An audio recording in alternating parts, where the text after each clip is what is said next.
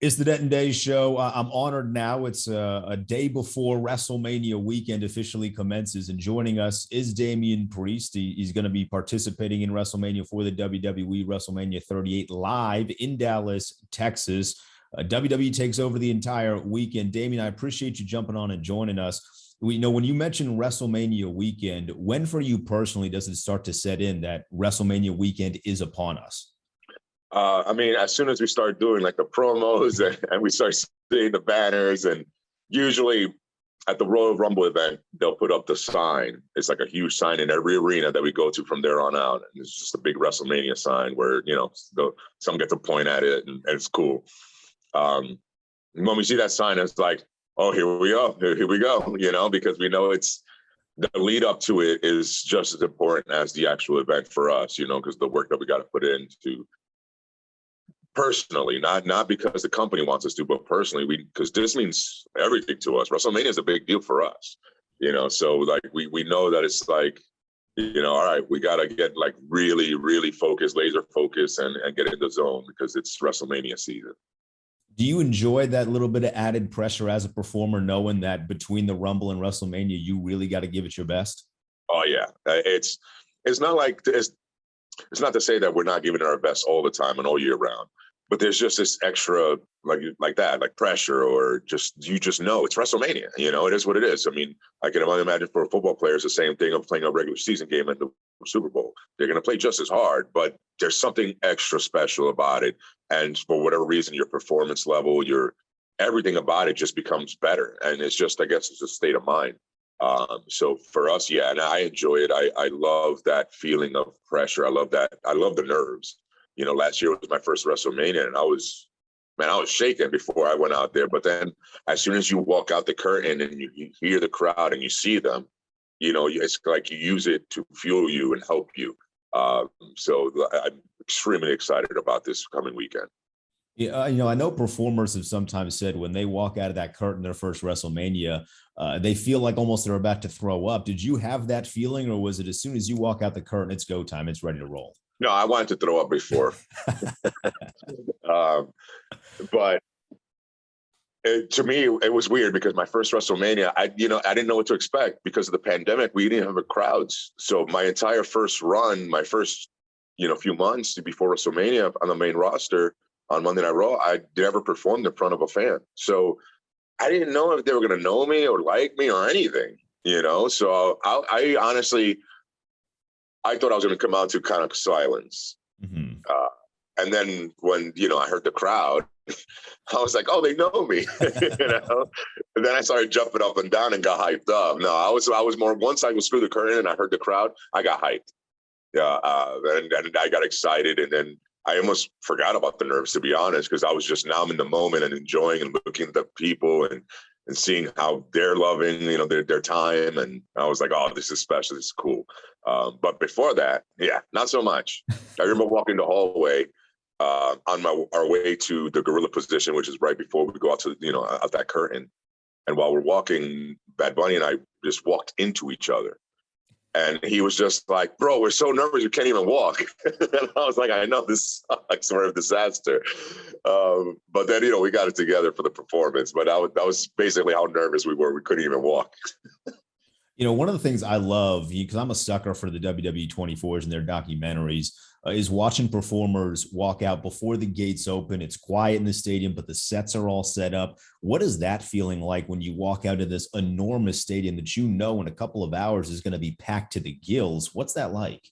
I think everybody has like their own ways of doing or dealing and whatnot. But for me, I like going to the arenas early, and especially the stadiums, and then just standing around and looking up and just visualizing. And I could hear the roar of the crowd without there being a soul in there, just all in my head, just watching.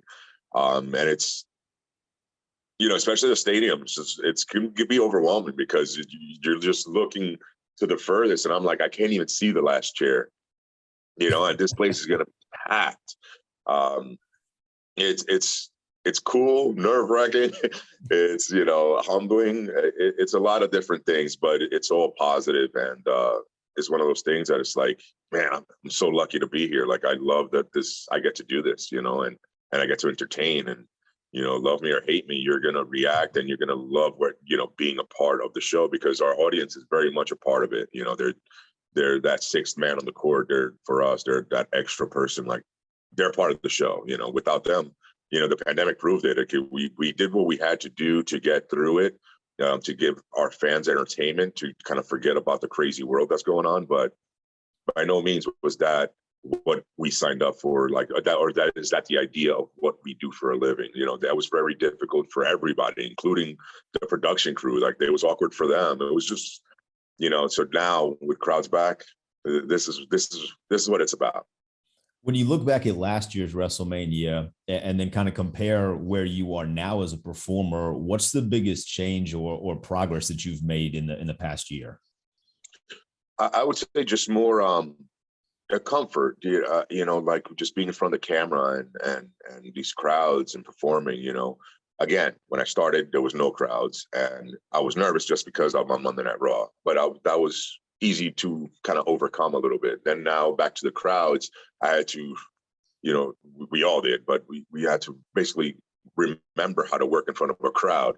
And then on top of that, now I'm nervous all over again for the fact that I'm performing in front of a crowd, not just relearning it, but this is the nerves that I would have felt if they were here all along anyway. So it was like a double dose for me. So now it's just more comfort. Like, I still get nervous before every performance, but there's a different comfort of, I'm not so nervous and worried. I'm nervous and excited. So, and the nervousness just comes because you always want to put on the best performance possible. You never want to fail. You never want to, go out there and put up subpar. You don't want somebody leaving the arena saying, ugh, or that's forgettable. You want them. You always want to make everybody proud. You always want to have a moment that people talk about the next day, the week after, the year after. Something like that. So for me, it's that the comfort level is the biggest thing I've learned, and how to just relax and be in the moment, enjoy the moment, and try to make everybody else around you enjoy it as well. One of the things I've loved most about watching Damian Priest over the past months and weeks is this new intensity to your character. I know a lot of times when guys are intense, they have a little bit of time to prepare for it, but it seems like with your character, you're pulling that at the drop of a dime. Is there like a trick that you use to be able to pull that, or where does that come from? It's almost like the Hulk, you stay angry all the time.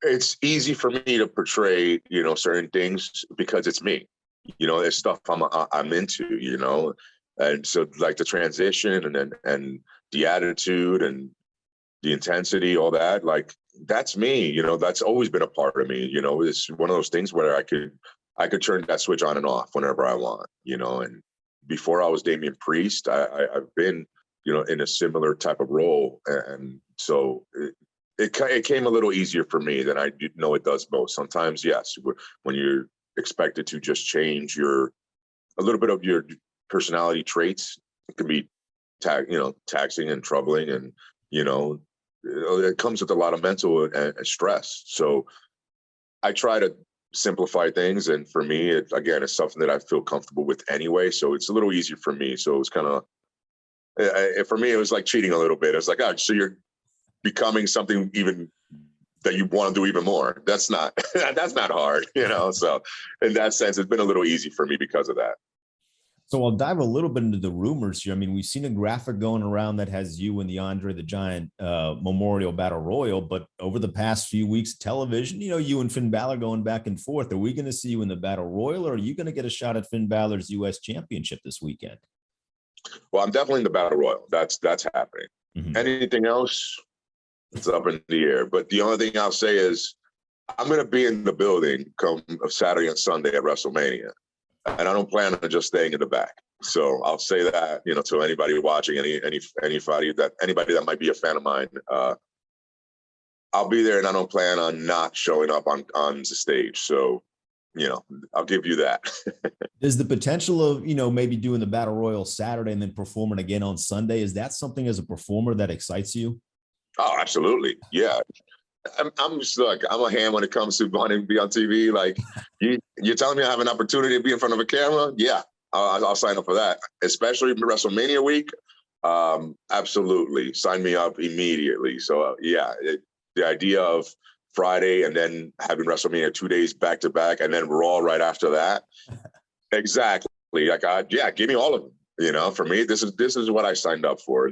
Like, I want it all, and that's how you have your name live forever, right? You know, just accomplishing and having these. But I need opportunities to accomplish something. I need to be on the stage. I need to be in the ring to have a moment for people to talk about. So as many as I can get, I'll take. You know, there was some speculation a couple of weeks ago. You had ended one of your matches with more of a razor's edge kind of move instead of the reckoning. There was speculation that because of some rumors that were floating around, somebody had asked you to change your moveset. Was there any truth to that? No, I asked to bring back the razor's edge just as part of my moveset. So, you know, for many years, the razor's edge is a move that it's not like a banned move, but it was a move that most aren't a fan of because, you know, some wrestlers had been injured in the past. And I remember having to talk with Triple H when I was in NXT about it. But because of Scott Hall, and he knew how much of a fan I was, and I wanted to use it. And he was like, well, let's see, you know, I'm going to give you a shot to use it. And then when I did it and he saw I did it safely, he was like, okay, no problem. And then fast forward and it was the same situation where, you know, Vince was like, you know, we'll see. I don't know if he, and he even said it, he was, if you could do it like Razor, then yeah. And then I did it and he was like, okay, you know, like he was okay with it. Like he felt comfortable. He thought it looked good. And, you know, and it is a powerful move, like it's an impactful move. So it's a part of the repertoire. The idea, I know everybody read a lot into it. The idea was solely, I wanted to do a move. That's it. And another move, you know. I like having options. You know, I have the South of Heaven chokeslam, which I used to finish off opponents with. And then now it's, you know, it's still part of my repertoire, but I use the reckoning more and more so. So I just like having different options. And I've lately been contemplating adding a submission hold. So it's all like, it comes down to me, you know, obviously at times, yes, they were asked to do certain things different or whatever, but no, nobody's asked me to do anything. It's all been, you know, a decision of mine to ask them. Right. And obviously you've been a long fan of Scott Hall, who we tragically lost recently. What was your first memory of seeing him on television? And did you ever get the opportunity to meet and interact with him in person? Oh yeah. So Scott, my first, you know, like, you know, I remember seeing him, the vignettes before he debuted, first of all, you know, they were so absurd and hilarious, but like, I've heard it so many times that most fans have, you know, where people say Scott Hall made it cool to be bad. That gets said all the time, but like, really, you're talking about, like, especially in his time, bad guys weren't cool. Like today's world, like everybody loves bad guys, whether it's in movies and whatever, you love the bad guy. Back then, you know, it was strictly people who loved good guys and hated bad guys. But he was the first to come out and be so cool and so charming and have so much charisma that at first you hated him, but you wouldn't take your eyes off of him. And then you kind of started to like him. And then you wouldn't tell nobody you kind of like him. And then he was your favorite. You know, like that's kind of like how he was. And for me, it was, you know, seeing somebody like that, like having that attitude, but with swag and charm, and would smile and insult you to your face and then laugh and walk away all cool. And it was like, what? And then try to fight him. And then he beat you up. And I'm like, this guy's the man. Like, I don't hate him. He's definitely the coolest bad guy. And that's, so there's wrestlers that I wanted to, as a kid, like as a kid thinking, I want to be a WWE superstar. I want to be just like The Undertaker. Razor Ramon character, I wanted to be that in life. You know, that was the difference. That's what I remember. And yes, I got to meet him and spend some time with him. And then he would give me advice. You know, he was the one that gave me his blessing to use the Razor's Edge. He gave me his blessing to do that surfer walk that he would do. And he's super cool. Like, he made that saying of never meet your heroes. He proved that one wrong 1,000 times over. It was so cool. And even running into him, like last year at the Hall of Fame, when I got to see him, remember him just telling me how proud he was of me. Like, that's just crazy to think that one of my idols, you know, and I mean, it's Scott Hall. Razor Ramon is one of the coolest people ever in this business, you know, talking to you and telling you how, you know, proud he is, and he thinks you're cool. And I'm like, what? No, I'm not cool. You're cool, you know. So I always feel fortunate that I had that time with him. I'll get you out of here on this. It's WrestleMania weekend, obviously. Everybody loves WrestleMania moments. You've long been a fan of this industry and of the event. When you first hear WrestleMania, what's the one moment that jumps to your mind? Well, I mean, now it's me. It's my entrance, just yeah. But like literally my entrance, like that's my moment. But when it comes to other people, I mean, there's so many. But I talk about, like I just said this earlier today. I was talking to somebody about WrestleMania 25. I know it was a whole match, but Undertaker versus Shawn Michaels. Mhm. You know, it was a time where I was already wrestling, but things weren't working out well for me. Mainly my own fault, but I was ready to give it up because I just didn't see a future. And then that match happened, and then I was like, "There's nothing I can see myself doing on this planet that's not Right. professional wrestling or WWE involved." I was like, "I have to do this," and then they literally changed my course as far as like how I literally worked my hardest. Not just told people I was working hard. I did it for me, where I worked my hardest to achieve my dream.